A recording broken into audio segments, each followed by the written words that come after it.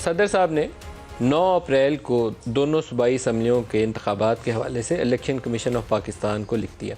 अब 9 अप्रैल की तारीख देना क्या सदर का आइनी इख्तियार है? पाकिस्तान का जो आइन है, उस आइन के अंदर सदर साहब के पास बहुत सारे मामलात के अंदर एक्ट करने के लिए जो चीज़ें दी गई हैं वो सारी की सारी मशावरत के साथ हैं।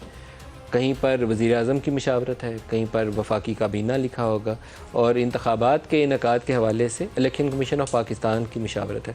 और बेशुमार केसेस में सुप्रीम कोर्ट ऑफ पाकिस्तान इस कंसल्टेशन के लफ्ज़ को डिफ़ाइन भी कर चुकी है कि ये कंसल्टेशन मीनिंगफुल होनी चाहिए और रिज़ल्ट ओरिएंटेड होनी चाहिए।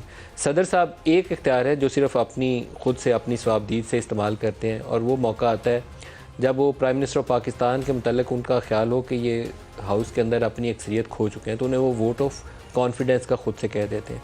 बाकी तकरीबन सभी मामलात में उन्हें इन कंसल्टेशन एक्ट करना होता है। किसी बिल के ऊपर वो समझते हैं कि उनको दुरुस्त ना लगे तो उसको रोक सकते हैं, दोबारा भेज सकते हैं, लेकिन दोबारा पार्लिमान उसकी मंजूरी दे सकती है। ये वो सूरत हाल सामने रखते हुए सदर साहब के ख़त के ऊपर सवालिया निशान उठ जाते हैं कि क्या ये काम सदर साहब ने आइन के मुताबिक किया या वैसे एक्ट किया है जैसे 9 अप्रैल को आर्टिकल 5 के ऊपर पाकिस्तान तहरीक इंसाफ ने सारी अपोजिशन को गद्दारी का मरतकब करार देकर असम्बलियाँ तोड़ दी थी, जिसे सुप्रीम कोर्ट ने बाद में उस सारे अमल को गैर आइनी करार दे दिया था। तो ये बहुत बड़ा सवालिया निशान है, बेयकीनी है। आइन कहता है 90 रोज़ के अंदर इंतखाबात करवाएँ, ये इलेक्शन कमीशन ऑफ पाकिस्तान की ज़िम्मेदारी है। क्या वो ये ज़िम्मेदारी पूरी करने के काबिल है? नहीं पूरी करता तो उसके ऊपर सज़ा क्या होगी?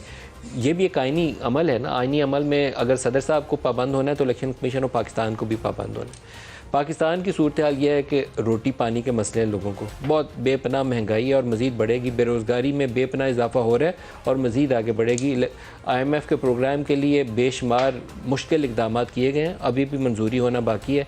कब तक ये सिलसिला आगे चलेगा, ये असल इशू है। पाकिस्तान की सर्वाइवल की जंग है इस वक्त, दहशत गर्दी बढ़ रही है। और एक तरफ हमने देखा कि आज 2 केसेस में इमरान खान की पेशी हुई है। ज़ाती तौर पर इलेक्शन कमीशन के बाहर जो हंगामा राय के ऊपर एंटी टेररिज्म एक्ट का इतला किया गया, मैं उसकी मज़म्मत ही कहना चाहिए, मैं तो उसका बिल्कुल मुखालिफ हूँ। ऐसे नकली किस्म के जाली किस्म के केसेस हैं जिसमें किसी भी आला सतह की क़यादत को या किसी भी सतह के किसी पाकिस्तानी शहरी को भी बिला वजह से ऐसे टेररिज्म के केसेस में मुलव्वस नहीं करना चाहिए। लेकिन इमरान खान ने उस अदालत के सामने पेश होने में, जो बिल्कुल मेरे ख्याल में केस है ही नहीं है, फजूल किस्म का केस है, कौम का पैसा भी और वक्त भी उसमें बर्बाद हो रहा है, उसमें पेश होते हुए इतनी मुश्किल पेश आई कि कई दिन गुजर गए हैं। अदालत 2 जज बुला रहे हैं लाहौर हाई कोर्ट में बैठे हुए कि हमारे सामने आए और आज बड़ी मुश्किल से पेश हुए। वजूहात मुझे मालूम नहीं है। एक तो उनका ज़ख्मी होना है, उनको सिक्योरिटी थ्रेट है, सिक्योरिटी थ्रेट उनको है। लोग उसके ऊपर उनका मजाक उड़ाते हैं, मैं बिल्कुल मजाक नहीं उड़ाता। बड़े लीडर्स को तकरीबन जो सफ़े अव्वल की क़यादत है उसमें बेशतर लोगों को इस वक्त थ्रेट मौजूद है।